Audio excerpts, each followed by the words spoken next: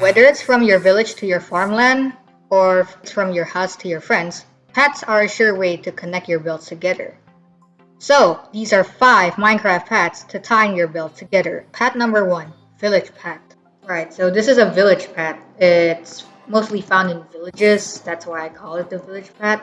So basically, this is going to be very simple and easiest to build.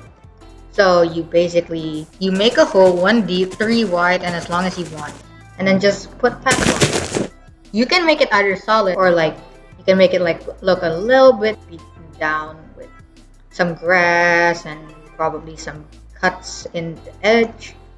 Maybe you can extend it from this like this. Yeah, but other than that, that's basically the entire thing for the village path. So it's basically not expensive in resources, it takes less time to build, and of course, it's very cheap. Moving on. Path number 2, Old Dirt Path. This is the second path, the beaten down dirt path. So basically what I did was using a combination of dirt path, grass block, coarse dirt, rooted dirt, and moss blocks to make this sort of beaten down vibe to this road. Basically this, but I added 4 new blocks. Right, so with the moss, it makes a very seamless transition from dirt to path to moss to grass, and it's great. It makes for this sort of beaten down look. You can use this in like roads and valleys and mountain roads, although I kind of recommend a stone one that this will take you a lot of resources to do. So I really recommend trying to like keep the rooted dirt a bit less because it's harder to obtain other than coarse dirt. You can obtain this in giant tree taigas. Moss you can be found in shipwrecks. And when you grow them, there's gonna be rooted dirt underneath. So it's gonna be a little bit weird to farm. Anyways, moving on. Path number 3, Wooden Path. This is a dirt path that I recommend for you guys to use. This is what I call the wood path. So basically, to get this path, you basically need oak planks and stripped oak logs. Although you can use any other woody combination to this. This one will also make a good combination in like underwater builds or nether builds. I don't know, it's up to you. One tip I learned is like to alternate the direction the block is facing. If you don't know what I mean, these two are both the same blocks. As you can see, this is oak logs and this is oak logs, but they're both facing different directions.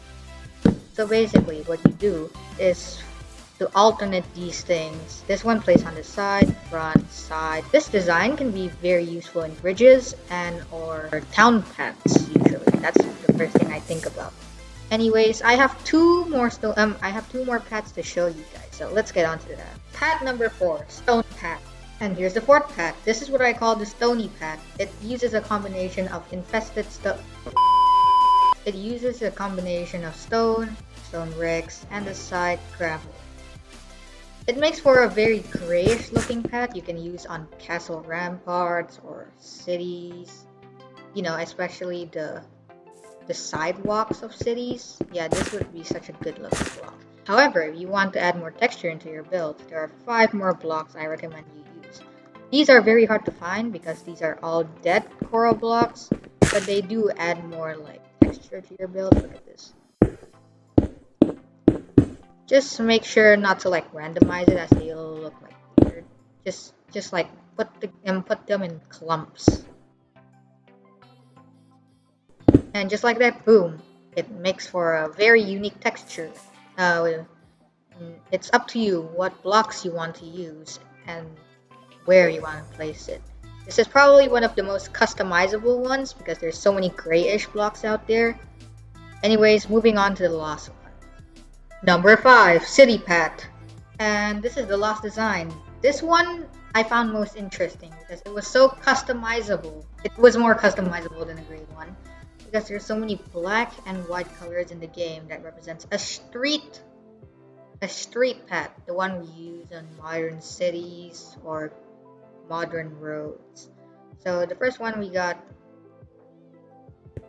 this is a smooth quartz block, and this is a coal block. Next one I found very interesting. Deep slate tiles makes for a very rundown kind of look. with like the racetracks and everything. What I found most surprising about this entire video is that white concrete isn't the whitest thing ever. White concrete is actually more of a silver-ish color than the smooth quartz, so I really recommend the smooth quartz instead of the concrete. Plus, concrete is very expensive to get. So anyway, next one is black wool, white wool. This is easily the most inexpensive, but it's easy to burn and commit arson and grief. Next one is the most expensive yet. It is explosion proof. Let me show you right over here. This is all gonna be waterlogged, which means it's gonna be explosion proof. Boom, nothing changed. Last one, obviously, is black concrete, white concrete. This is like the most sensible thing and the first thing people might come up with when they bring up the idea of a road. But I feel like this 5 were the first one that came to my mind when I was thinking about street.